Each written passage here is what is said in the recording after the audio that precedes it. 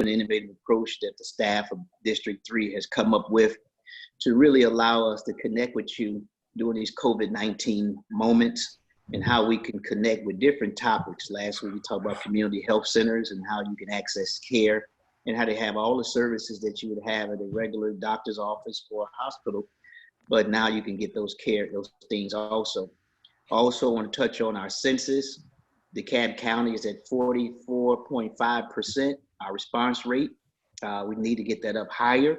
We want to make sure that we touch everybody, and all the services that you are going to see us do on Touchpoint is impacted by the census. So everybody that fill it out, it allows us to get more services in our community, especially when you're dealing with times like this. You see a lot of shortages going on across the country. A lot of times it's based on your count, your census count, on how many beds you get, how much supplies you get, what type of population you have in terms of ventilators and immunizations or vaccines. So all of these things are pertinent to our census. So we want to make sure that you fill those census out. It's only 10 minutes, 10 questions. And guess what? You only do it once every 10 years. And we have a chance at DeKalb to get $1.8 billion a year for the next 10 years. So please, you all, if you're under the sound of my voice, fill it out. If you know somebody who have not, just give them a call. Call 2 or 3 people and ask them, have you done your census today? And please fill it out. So today we are joined by, he is known as a community disease specialist, Mr. Raymond Duke with STAND Inc. He has been in the human services and with STAND for 10 years, but has been in the human services field. I call it human development field. Because he taps into the assets of all the folks, his clients and his community, and he make the best out of a situation that can go awry. And so I want to thank him first for his service. I met him through STAND Inc. We participated in the program at Morehouse School of Medicine. We were certified. I forgot what we certified in, but he can tell us. We got all those certifications on the back. But I just thank him for his service. I thank Charles Sperling, who is the CEO and president, who is always on the front line in making sure that our substance abuse, that community is well served. And he has given us a great servant who's connected, who understands the issues, who understands the prevention and intervention. And we're going to make sure that we open it up to Mr. Raymond Dukes. How you doing, Mr. Dukes? I'm doing great, Commissioner. Thanks for this opportunity. I'm humbled and fortunate to be able to participate and be of service to you and DeKalb County. Good. I'm glad you're a part of this. Tell us a little about what STAND Inc. does and how have you impacted the community thus far? Great. So STAND Incorporated has been in DeKalb County for over 20 years now. They have a huge footprint in DeKalb County. They're located on Covington Highway. I would say the best way to say it is we're sandwiched between 285 and Memorial Drive. So on Covington Highway, that whole stretch, we have 3 sites. We have a prevention office at 3423 Covington Drive. We have a site called The Door. It's a resource place for the community. It's across the street from the Quick Trip gas station. And then, of course, our main office, our administrative offices are on 3486 Covington Highway, across the street from the McDonald's. Historically, STAND has been a champion for those individuals who are part of the incarceration community, those individuals coming out of jails and prisons needing treatment for substance abuse and some co-occurring mental health disorders. Also, we've done great strides working with HIV and testing and educating and counseling and linking people to care, as well as community outreach and doing some work with hepatitis and things of that nature. I've done great work with the CDC and the state, and so domestic violence and making sure that people know about what resources are right there in what some people say is their backyard.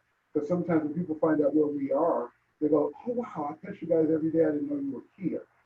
And so Wow. Stan has been instrumental in the community, not just DeKalb County, but Metro Atlanta at large, in saving lives and connecting people to treatment, uh, getting folks through treatment processes so that they move from being someone who was incarcerated or had problems with addiction to being an individual who is a taxpayer, someone who can hold down the job and give back to the community, take care of their family.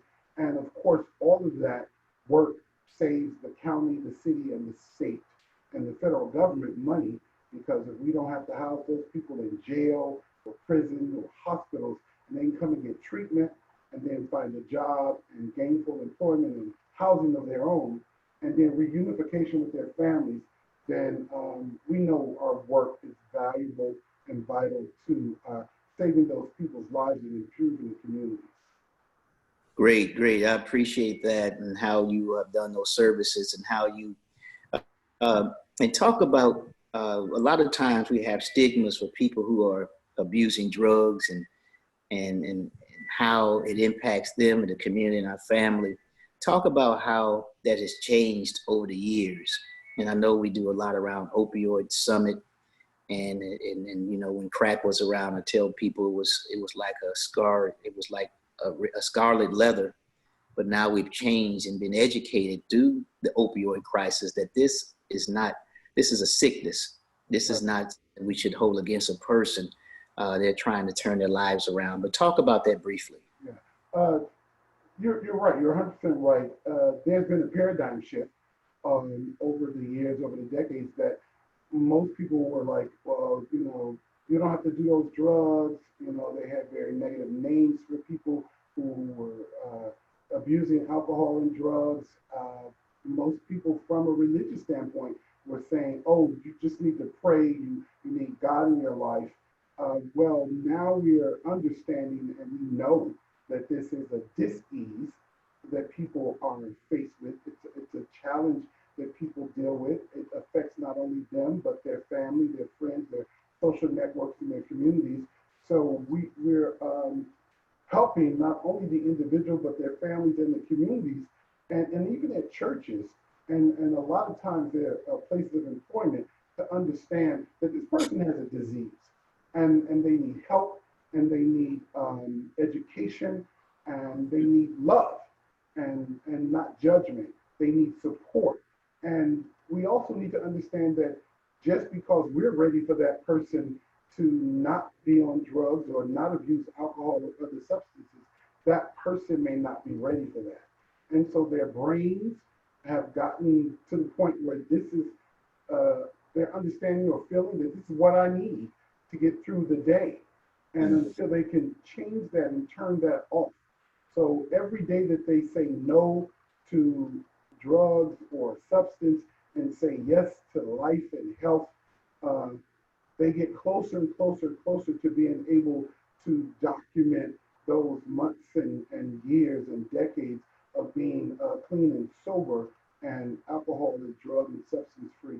So yeah, it is changing, and we're helping to educate the community so that they're treating people differently and not just throwing people away or assuming that a person is only homeless or unemployed or having these challenges because of alcohol and drugs. And I try my best when I'm out educating people to make sure that they leave understanding that sometimes the disorders come after a major circumstance in someone's life, or the major circumstance in their life has occurred because of their abuse of psycho drugs. It works both ways. It's not just one way to look at it. Wow, I think that's so important as we move forward. And now let us shift to where we are now in our present time and present moment as we talk about sheltering in place. And I'm hearing, and I know that I saw something the other day that said liquor sales are going up 245% because of the sheltering in place. And so I know other drugs have gone up as well. Talk about where we are as it relates to sheltering in place with substance abuse, and then talk about what a family member can do as they deal with someone who's dealing with an addict or someone who's addicted to drugs, uh, that's now at home. Yeah. So this whole shelter in place thing, it's saving lives, but at the same time, we have to be intelligent enough to know that if we're not careful and if we don't reach out like you're reaching out to the community and to individuals in their cars, in their phones, in their comings and goings, and in their households, that we're going to lose some more people and not just to this COVID-19 virus. So if they're at home, what the family can do is continue to openly love that person. You just can't feel in your heart that you love that individual and you want to do so much for them. You have to outwardly say it and show it that you love that person and show them, involve them in everyday things that are going on in and around the home. I mean, this is a perfect opportunity to do stuff in the yard. I mean, if you have a yard, to do stuff in the home. Like there's nothing wrong with the baseboards, and I mean this may sound simple or even comical, but washing the Right. baseboards and the walls and dusting and moving furniture or just change up a room will Right. totally change up a surrounding. I know me personally, when I clean up my house, my mental house and physical house, feels better as well, because that's happening. So there's a lot involvement in the meals processes when you're cooking dinner. Uh, Everything that goes on in the house, even if there's children there that are learning from home instead of going to school, involve that person in that process, help the kid with their homework. So this person isn't sitting around idly because when they're just sitting there going, I don't have anything to do, I can't go here, I can't go there, I can't do this, I can't do that, and then those cravings might creep up, some triggers might come back. They can go for a walk, but I would go with them. And I wouldn't overbear them and be just in their face all the time, but also talk to that person and ask them, what do they need? What do you need right now? I mean, to be every 5 minutes saying, "Are you okay? Are you okay?" is going to get on that person's nerves, and then they're going to leave out of the house. But to be present and be available and make sure that that person knows that you're present and available is going to be key. Because, Commissioner, there's a lot of things that most of us are not taking into consideration with the shelter in place. From a substance abuse standpoint, we can focus on that, but then there's people, adults and kids alike, who love the fact that they were able to get up in the morning and get out the house to go to work, to go to school, to go to daycare, whatever, because they were free from whatever was going on at home. But now being forced to be in that atmosphere every day, all day, is unhealthy for some people. And so we know that some domestic violence and child abuse and neglect and abuse of alcohol and drugs and other substances, and unfortunately, maybe some suicides are going to come out of that. So what we're doing today, and what you guys are going to continue to do on Wednesdays, is going to help people, give them some other avenues to stay healthy, whole, and well, and not have to deal with some of this stuff. Because we don't know what folks have to do to get out the house or what they have to do to get back in. Yeah, and I think that's key because when you're not on, when I used to, one of my first internships, I used to be I did a substance abuse counseling piece, and I used to run support groups, and we used to talk about it works if you work it, Right. and if it works if you work it, it was basically how do you work your steps to make sure that you are moving forward as a productive individual for your family and your community. Talk about the steps and how they're important to someone who's addicted to drugs, from AA to NA, to things that we have to be doing. And so this will give folks who are in the house an opportunity to look at those 12 steps, to look at addiction recovery signs and prevention, but give some of those resources to a family who can help that person who's going through. Yeah, the 12-step process has saved a lot of people's lives. So those individuals who are in support of that need to go back to that. a song we sing in church on Sundays, now let us all go back to the old landmark. So going back to those steps, to practice those steps, to go to a meeting if you can get to one, or even a virtual meeting, because they're having virtual meetings, and to reach out to your sponsors and your support networks. And if you don't have one, this is a perfect opportunity to get one because folks are at home so you can find them. So call the sponsor, find out someone who has a sponsor, how you can get one. Because maybe you don't feel comfortable talking about what's going on with you with someone at home. So reach out. 211 is an awesome resource for United Way to call and find out where are the virtual AANA meetings, where are the places where I can go get some counseling without leaving from home, or call on the phone, or FaceTime someone, or Skype someone, or Zoom like we're doing, or WebEx. So all those avenues are available, and different people are holding AA meetings and groups via these platforms. Also, Commissioner, there's a lot of folks who don't even look or support the 12-step process. But whatever avenue that you use, it could be your church, it could be your mom, it could be your fraternity or sorority, it could be just calling up someone in your social network.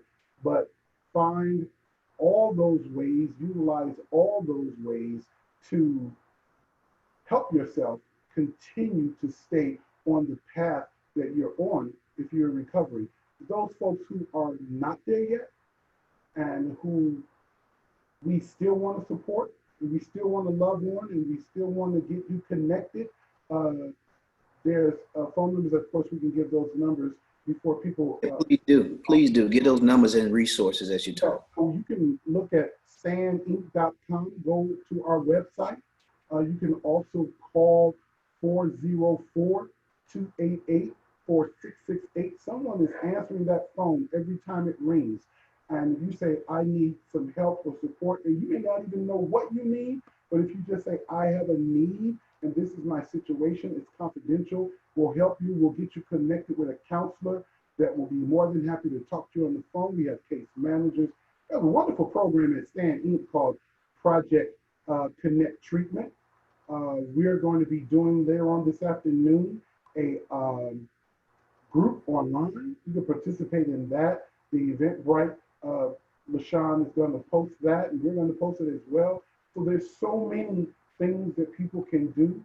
And then there's just, sometimes there's a good time to pick up a hobby while you're sitting at home. That's good. Did you do? Did you learn to knit? I mean, on those times that you can't get out the house to go to the grocery store, Walmart has a wonderful art and craft section.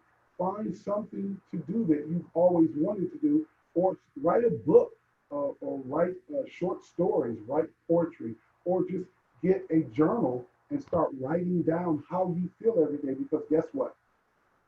Sometimes the smallest thing you can do can help save your life or someone else's, because it's in you eating away at you. But if you can get it out and put it on paper, now it's out of you. And then you can talk about it, or talk to someone else about it, or even just talk to that paper like a lot of folks talk to their diaries and their journals. It's a way to get that stuff out of your system and somewhere where you can look at it and deal with it. So there's all of those avenues that you can reach out, and people can reach into you to help you through this process. I love it. I love it. I love it. And part of the journey that we go through as part of family members, you talk about codependency, you talked about an enabler. How are those traits magnified during the shelter in place process? So right now, define those terms for me so people will know. So folks who are codependent, for example, I'm just not all mothers, so I want to be clear so people understand my statements. And I'm just using this as an example. Some mothers are very worried about their children, as they should be, but sometimes to the point where those folks can't get help because they're so dependent upon one another. When they're away, they're worried about where's my son, where's my daughter, what's going on. Now that they're all in the same house, that person is, seemingly overbearing because they're in their face, they're checking on them every 5 minutes. And sometimes that can be too much and it'll build up something in that person and then they'll leave or they'll sneak out or they'll go Mm-hmm. find something that they feel they need to get through this process because now I'm stuck in the house with this person. So they're dependent upon that person or now grandma or your roommate or even your spouse is so happy that they know where you are. They can look at you every day. You know, sometimes they may even come in the bedroom and watch you while you're asleep because they feel so much comfortable that you're there. So this thing has a benefit for some people that my folks are at home because of this shelter in place situation, but the codependency can be problematic.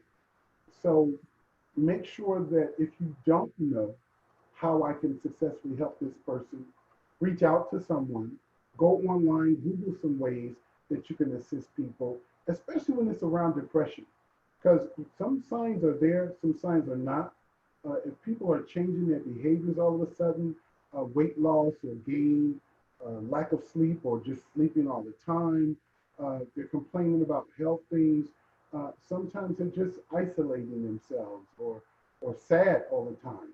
Not sad from a situation, but this constant sadness all the time and pessimistic about stuff and forced happiness, which by that I mean everybody else is happy around celebrating or finding things to do to get together because of their current situations.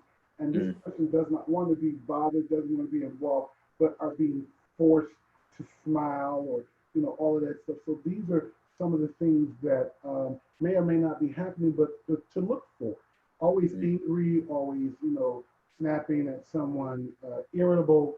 So look for that. But if you see it, don't pounce on it right away thinking that that's what's going on. Be observant, ask the Right. person how they're doing and what they need. Great. And define the enabler. What is an enabler?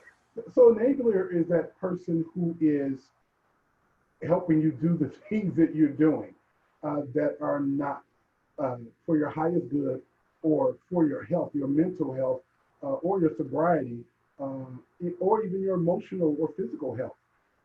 So you, I need to go buy a pop from the store. Well, there's pop in the refrigerator. So you just give them money because you want to make them happy, or you do things because well, maybe if I do this, then they'll do that, or if I give them this, then you know, are you coming back soon, or can I take you here? So all of this enabling people in their addiction or in their challenges is not healthy for that person or you. And if you don't know if you're an enabler, then Google it. Go online, look it up. If you got a dictionary at home, look it up and ask yourself, am I an enabler? And if you start asking yourself those questions and it's yes every time, then you need to find out what can I do? Because if you're an enabler, it's not going to change overnight, but Right. you can start to do things that can move you away, not just during this time frame when people are in homes and under shelter in place, but well after this is over, because this coronavirus has an expiration date on it like everything else. But these are things you can do now that'll help you long in the future. Great. I wanted people to hear that as part of our audience today. And you've explained a lot in terms of the disease and talked about some of the issues, talked about some of the pros and cons of sheltering in place. But I wanted to lay a foundation, and you have laid that pretty well in terms of so our audience can understand what the magnitude of substance abuse is around prevention, intervention, what resources are available to you as you shelter in place. Now I want to see if there are any questions that may have come up. Ask the staff if any questions that may have popped up as we were talking around this issue. Sean, Craig, any questions so far? Yes, we have, let's see, 3 questions so far. Okay. Let me get it here. The first question is, how do you encourage someone to be willing to put in the work during this time? Great question, Mr. Duke. So how do you encourage a person to put in the work? You first have to find out that person is ready to work. I said earlier, just because you're ready for them to change or modify their behavior, they may not be ready to do that. And we also have to be careful with our words because our words have power. Words are things and they take on a life of their own. So when we want people to change, what they see is stop. And if they feel like if I stop this, it's going to be detrimental to me in my life. So we may need to find out how can we help this person in the now and how we can assist this person in modifying their behavior. I'll give you an example. If someone is drinking a bottle of liquor every day, if you can get them to drink half of that bottle, Mm. you've accomplished a lot. If you can get them to drink today but not tomorrow because you're finding all kinds of other things for that person to do, you've accomplished a lot that you don't even know. So as we start with um, getting folks healthy in the mindset and the pattern and goals, then that's one of the things that you want to start with. Because you have to ask that person if they're ready. If they're not ready, nothing you can do is going to get them ready until they're ready. Sometimes we get clients who come to us and say, I want to get into treatment. And I'm one of those folks, I want to know why. Why are you here? And they may say, well, because my grandmother wants me to get my life together. Well, if your grandmother falls off the face of the planet tomorrow, then where's your motivation? So it has to come from within. So when someone says, I'm ready to get my life together, and they're making it personal and it's an I statement every time and not someone else, then that's the person that is ready. So what can you do? You can be present, non-judgmental when you answer their questions. Um, Make them about them. A lot of times when someone is telling us about their struggle, we turn it around and make it about us. You know, they say, well, I'm having this problem. I'm isolating. I'm not sleeping. I want to smoke. I want to drink. I want to take drugs. And then we go into, well, when I was going through, well, no, they don't want to hear about you. Right. So you want to be careful and stay focused on that person. And the wonderful question is, how can I help? What do you need from me? What can I do? It may just be simple of just sit here with me. Just listen. Sometimes people want us to just listen. Most people listen to respond. They don't listen to understand. Wow. That's Sometimes good. we just need to Repeat just, that. Repeat that. Repeat that. people don't listen to understand you. They listen to respond. They're waiting for you to take a breath. So when you take that breath, then they could jump in, and that's not helpful, and nor is it healthy. It's listen, hear what I'm saying, sit back, take a breath, comprehend what I'm saying before you comment, because maybe you need to go and think about what I've just said to you before you jump in. Because if someone says, I like Mm. taking pain pills, you have to go, oh, okay.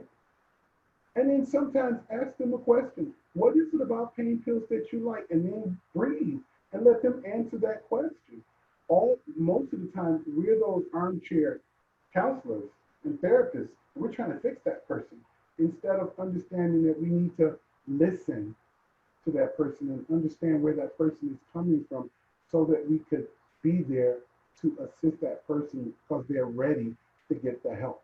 And when they're ready to get the help, help is all around. We can point to so many services in DeKalb County, in Decatur, in Stone Mountain, in Clarkston, in just everywhere. In Stonecrest, we have in Lithonia, we have so many places of helping and healing. They're there with their arms wide open, but we have to wait for folks to come to us when they're ready, and not because someone has threatened them. Well, I'm gonna put you out, or I'm not gonna give you any money, or I'm not gonna pay your rent, or I'm not gonna love you, because that's really what they hear when you give them all those ultimatums. And so it says, listen, this is what I can do for you until you're ready to get some help. And then be clear about that. And whatever you say you're gonna do, stick to it. I use my mom as an example. My mother told us, I'm gonna be upstairs in 5 minutes and that bedroom better be clean. You better know that 3 to 4 minutes, she on her way up them steps. But if she said, I'll be up there in 5 minutes to make sure that room clean and better be clean, and it's an hour to go by, you be like, she ain't coming. So when you say you're gonna do something, stick to what it is you're gonna do for this person, because some of these people have been hurt and let down and lied to, and they don't trust people anymore. They don't trust themselves anymore. So if they say they're ready, believe them and be supportive and find out from them what it is that they need, or pull up things on the internet, on the World Wide Web, and look at what people might need. When they say, I need this, and see if you can find it. If you can't, pick up the phone and call some of the numbers that we talked about. Great. I'm just going to reiterate, I'm with Mr. Raymond Duke, and it says he's a community disease specialist, but I'm going to add community disease prevention / intervention specialist, who is providing us with key resources from STAND Inc., which is a major substance abuse prevention program in DeKalb and metropolitan Atlanta. And I want to thank him as well. Sean, what is our next question? So there was actually a follow-up question to that question while you guys were speaking.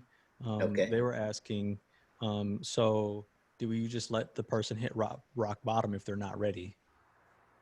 Well, if they're not ready, maybe it was the rock bottom that got them ready. And I don't think that when people use that term, that everybody in the community understands what that means. Because your rock bottom may not be somebody else's rock bottom. And we have to understand that we do something in our world that we think is helping, but it's not. I'll give you an example. When someone, a loved one, has made their transition, a lot of folks will get on the phone and go, oh, I know what you're going through. No, you don't. You assume you know what you're going through. Just because you lost a mother and they lost a mother, you don't have the same experience, because your relationship with your mother may have been totally different than their relationship with their mother. So you may be tore up that your mother has made her transition.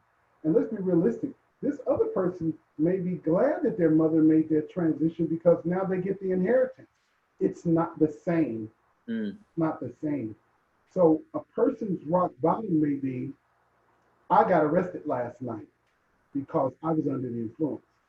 I don't want to go through that again, so I'm going to go get some help. Somebody else's rock bottom is because they woke up in the hospital, battered, bruised, don't know how that happened, tubes in them and all of that stuff. And they say, God, if you let me get through this, I'm never doing that again. Wow. That's their rock bottom. So we have to understand, so do we let someone hit rock bottom? No, that person is going to hit rock bottom, whatever their rock bottom is, and you can't determine that for them. Right. It may be at that point that they decide to get help. You can make them aware that help is available, but they're not going to get that help until they're ready. A lot of times we put people in institutions that may be 28 days, 30 days, 90 days, 6 months, or even a year. And they get out and they go right back to drugs. Why? Because when we put them in those situations, they didn't go in voluntarily. They didn't want to go in. We put them in there. And the minute they got out, they went right back to drugs. So if we ask ourselves with incarcerated people, some of them get out of jail and they go right back to that same behavior. Why? Because they hadn't gotten any help with that behavior prior to going, or even while they were in there. There was no rehabilitation going in. It was just incarceration. So we have to be real about this, honest about it, and understand when we say stuff to people, what we're really saying. And there's nothing wrong with getting educated about stuff before you answer. Oftentimes people ask me questions and I'll go, hold on, I'll get back to you. And then I will get back to them. But I'm not gonna just make something up just to make myself look good in that person's presence. I'm great at saying, I don't know. Let me find out. And so that's what we should be doing for folks. I got you. Great, Sean. Next question. Okay, next question is, let's see. Are there resources available for someone that does not have insurance? Yes. Um, so I get to pump up the door or promote the door. Uh, the door is a recovery community. Um, it's called the CAB, Open Up Opportunities for Recovery. It is located at 4086 Covington Highway. Across the street from the landmark is the Quick Trip gas station, right there by 285, right there at exit 43. And so the cab open opportunities for recovery is right there. And they're open that you, right now, I know they're there from 8:30 to 12. And you can go there and access resources around getting help and where to go to get this help. Um, there's no wrong door. It's called the door, but there's no wrong door. Access that place, uh, talk to them. If you're having trouble accessing it, call 404-288-4668 and ask them about the door. Sometimes people can't remember acronyms, but you know you go in and out of doors all day long. And so there's several doors at the door. Some folks may be looking for various resources around housing and substance abuse treatment, and maybe they don't want treatment, but they just want counseling, domestic violence, family violence intervention, just finding out how they can get involved or what they can do in their own community. Uh, or they may be someone in recovery wanting to know how they can help and support someone else. So there's a plethora of resources there. They're the type of staff over at the door, which is a program of Stand Incorporated, that if they don't have what you need, they're not going to say to you, I'm sorry, we can't help you, have a nice day. They're going to say, we don't provide that service here, but let me look in our resource manual or on our internet and let you know who does. So that's one avenue. Again, I always talk about 211, which is United Way. Call those folks. They're there around the clock. They have a helpline. They have various individuals there that can help you navigate what you're looking for based upon what you tell them on the telephone. But again, Stand Incorporated is a great resource for the community and a gateway to other resources that can help folks with what they need. Wow, now you all see why I have this guy on, because he's just a wealth of resources. And this is the person that you see on camera, that you will see off camera, who is willing to help us in our community. So I applaud Mr. Duke and Stan Inc. Because, and we're doing this unscripted, so we don't have a script in front of us. This is all about passion and making sure that the people that are part of our Touchpoint community has the resources that they need during this tough situation. So, Sean, what's the next question? That's it for right now. Well, All right. I want to say quickly that the only way that Stand Incorporated can do the awesome things that they do in-house and in the community is, again, because of their dynamic executive director, Charles Sperling, who is the founder of Stand Incorporated and has a phenomenal story. If you look on our website, it's there. He's there. He is not ashamed or closed off about his life experience. He's someone who's been there, done that, got the t-shirt, the pennant, the keychain, the bumper sticker, and he can talk about all of those things, but then he allows individuals like myself who are passionate about saving people's lives, because I'm a firm believer that if my brother's in trouble, so am I. And having the opportunity to, on several occasions, be a person that can step out into community and be trusted by that individual to speak about the agency and their array of services, and be trusted to do that in a professional way, in a holistic way, to help the community and help individuals. We're all about people's quality of life. And if we can improve people's quality of life, then they can go on and improve somebody else's. Because it's not just us. Once we get someone to a place of healing, and know that there's hope, that person can then share that with someone else. So it doesn't stop with us. It's a continuous thing that we infect someone with healing and hope and improved quality of life, and they go on to infect someone else with that. And after a while, the whole community is infected with all of that helping and wholeness and wellness to go and to do that in other communities. And after a while, our whole state and our whole nation will be a better place. That's good. I'm gonna use a big word right now. Mr. Charles Sperling is a quintessential helper and collaborator. Yeah. He's about connecting us with resources, and I'm glad to be connected with you all in so many ways, because we have to focus on these issues in our community, and you all on the front line each and every day. And so you all are considered an essential service. So people who need help, you have information about the door. Mr. Duke gave you the phone number. I'm having to give it to you again.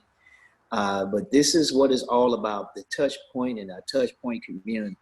How do we reach out and connect to individuals to make things happen in our community? So we're happy, we're excited, and we're going to continue to empower the folks in District 3 and DeKalb County to make things happen for us. We will have next week, our topic will be staying mentally strong while sheltering in place. We'll have Dr. Bona, Joseph Bona, who's the Community Service Board leader, and he's going to talk about mental health and services that are available to you as we shelter in place. So Mr. Duke, give us the phone number and website so people can connect with you. Standing. So reach out to www.standinc.com. That's STANDINC.com. And of course, our phone number is 404-288-4668. And somebody is standing by to answer that phone and get you connected and talk to you about whatever resources you think you might need.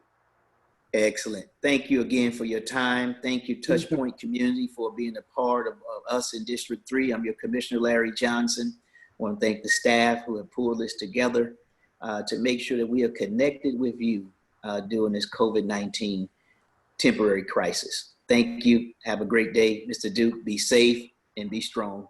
Take it easy. All right, bye-bye. Bye.